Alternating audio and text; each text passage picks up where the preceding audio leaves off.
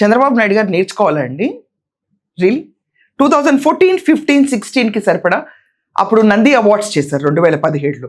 దానిపైన పుంకాలుగా controversy create చేశారు. మీరు యూ బీయింగ్ అ లెజెండ్, అప్పటికే మీకు లెజెండ్ టైటిల్ వచ్చేసినట్టుంది. మీరు లెజెండ్ మీకు ఇచ్చారు కదా, ఇచ్చిన తర్వాత రీసెంట్గా మీరు దాన్ని యాక్సెప్ట్ చేశారు. బట్ అప్పటికే మీరు లెజెండ్ అని చాలా మంది అన్నారు. ఓకే, లెజెండ్ టైటిల్ వచ్చిన తర్వాత నంది అవార్డ్స్కి మీరు ఎందుకు వెళ్ళలేదు sir? No, I really don't understand. Nandi awards చాలా ప్రెస్టీజియస్గా విభజించబడిన తర్వాత ఆంధ్రప్రదేశ్లో జరుపుకుంటున్నప్పుడు వేరు యూ చిరంజీవి గారు. దాని తర్వాత వెళ్ళి జగన్మోహన్ రెడ్డిని కలవటానికి మర్యాదపూర్వకంగా ఇంత మంచి వ్యక్తి అంత మంచి వ్యక్తి జగన్మోహన్ రెడ్డిని కలిశారు. చంద్రబాబు నాయుడు గారిని వెళ్ళి కలవరేంటి?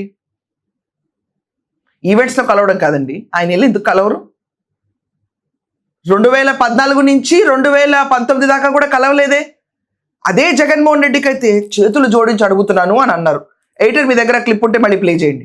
మీరు తల్లి లాంటి పొజిషన్లో ఉన్నారు కాబట్టి మిమ్మల్ని చేతులు జోడించి అడుగుతున్నామండి అని అన్నారు కదా మీరు. మరి అంత తర్వాత ఇదే రకమైన వైఖరి ఈరోజు స్ఫూర్తిని తీసుకోవాలి, వెనకంజలో ఉంది. ఎందుకు వెనకంజలో ఉంది? ఆంధ్రప్రదేశ్కి మీరందరూ ఏం చేశారు? ఇది ఖచ్చితంగా ముందు మీరు మాట్లాడాల్సిన విషయం. స్టూడియోలకు ల్యాండ్లు కావాలంటారు, ఇచ్చేస్తారు. ఆంధ్రప్రదేశ్లో షూటింగ్ అయినా చేసుకోండి అని ఆఖరికి పాపం జగన్మోహన్ రెడ్డి కూడా బతిమలాడు. ఎవరైనా ఆదరణ ఇస్తున్నారా? విభజించబడిన తర్వాత ఆంధ్రప్రదేశ్లో మనం ప్రాముఖ్యంగా చేసిన పనులు ఏంటి? ఏమైనా డ్రైవ్స్ చేశారా? ప్రజలను ఉద్ధరించడానికి ఏమైనా చేశారా?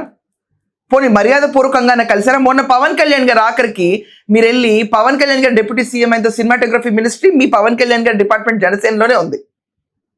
ఆయనే అన్నారు సీఎంని కలవరా అని సీరియస్ కూడా అయ్యారు మొన్న. జస్ట్ ఎలక్షన్ అయిన తర్వాత మీరందరూ కలిసిన తర్వాత ఎప్పుడైనా కలిసారా? మర్యాదపూర్వకంగా ఉన్నారా?